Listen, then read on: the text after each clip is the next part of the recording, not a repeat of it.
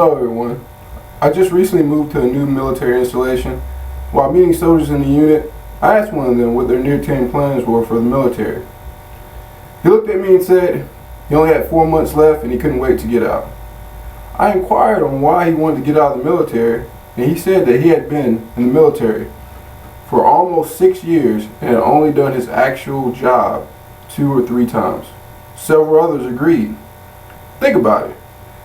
If you were to say, be a lawyer on a prestigious firm, but 6 years later, you're still changing light bulbs, sweeping the floor, and making coffee. Doesn't work that way, right? But all too often, in the military, this has become a commonplace. Military service members are often regulated to extracurricular tasks such as sweeping floors and administrative work, while civilians perform the job they signed up to do. So I ask you, what are the effects of civilian contractors taking military service members' jobs? Briefly, we'll look at the question and analyze possible effects. We'll look at whether this trend is a waste of government funding, the impact this has on lack of experience in finding employment outside the military, and the total impact on combat readiness.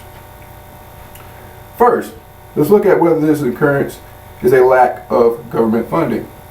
When I initially joined the Army, my primary military occupational specialty, or MLS, which in other words is basically when you sign your contract to come in the Army, the job that you're entering to become, was an aircraft structural repair.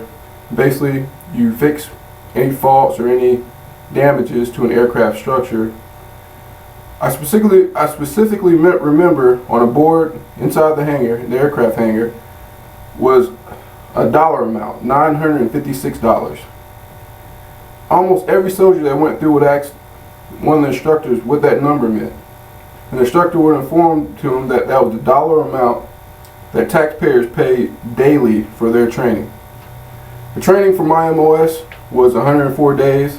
So if you do the math, that equates to $99,424, pretty much $100,000. And that was in 1999. So think about it.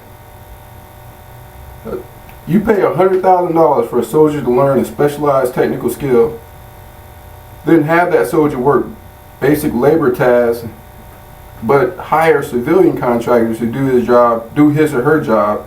It's a total waste of money. On a mass scale, this is extremely troubling, especially with the current state of military spending and our national budget. Another point is that a service member decides to leave service. Though they have this specialized training, many do not have actual real-time experience. The training may lead to hiring, but the lack of experience may lead to firing, or it may cause a huge burden on those companies that choose to hire them, and all that individual has to catch up and learn procedures that they should have learned years ago. So what about the Army's combat readiness? In many fields, lack of experience can cripple a unit in actual combat. I was always told that in garrison, and what I mean by garrison is basically at your stateside or overseas duty station, it is okay to make small mistakes or take a little more time on a task, because that's where you gain proficiency and experience to perform when it counts the most, basically in combat or in a combat theater.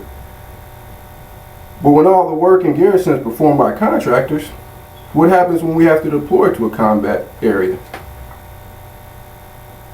Well, oddly enough, oftentimes, in my job, the contractors were deployed as well. Now, I understand some level of support, but there's a big difference in support and dependency, and it seems to be that we're leaning on the side of dependency. As a nation, we really need to take a hard look at the shape of our current and future military. I believe that it's time for changes. Well, I thank you for your time, and hopefully I provided you some insight on a rising issue within the military. I cannot speak for all branches of the military, but I have spoken with numerous soldiers, sailors, airmen, and Marines who have seen this occur within their units and to their service members. So keep that in mind. I thank you for your time and your attention. Have a great day.